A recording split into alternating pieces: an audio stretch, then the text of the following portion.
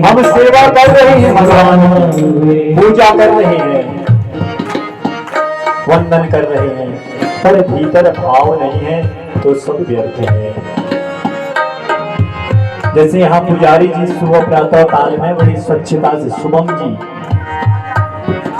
जी की कृष्ण हमारे यजमान श्री के पुत्र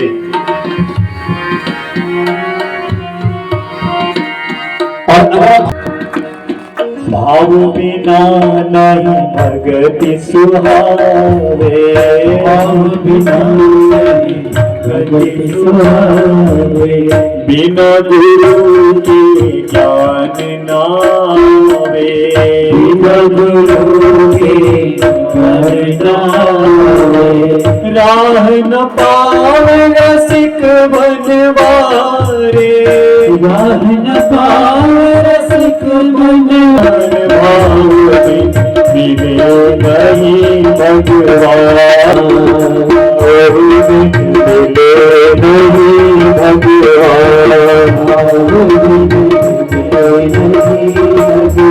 सभी लोग प्रेम और भाव के साथ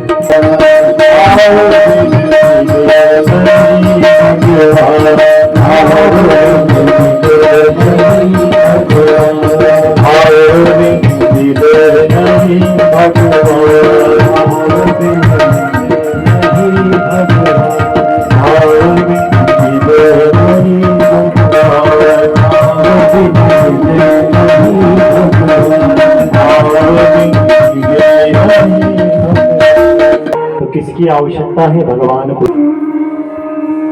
को मनाने, भवे भाव शिवे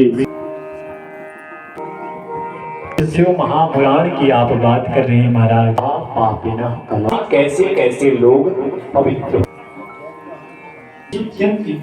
कौन कौन विशुद्ध हो सकते हैं।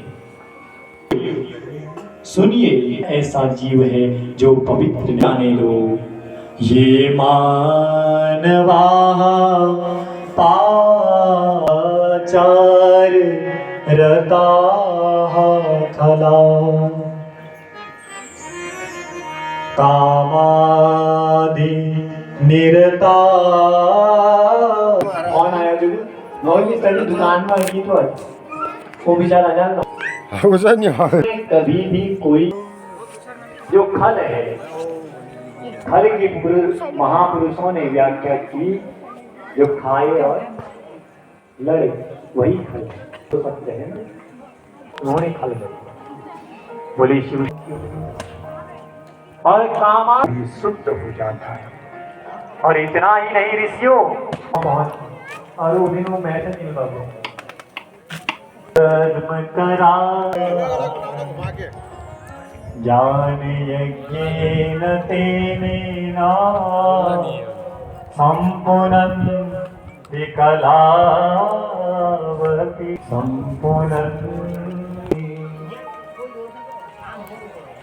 जो सदैव क्रूर कर्मों में लिप्त रहता है, निर्दयी है, जिसके योगियत पुण्य सर्वदानि शुभफलं निश्चलं भवेत्।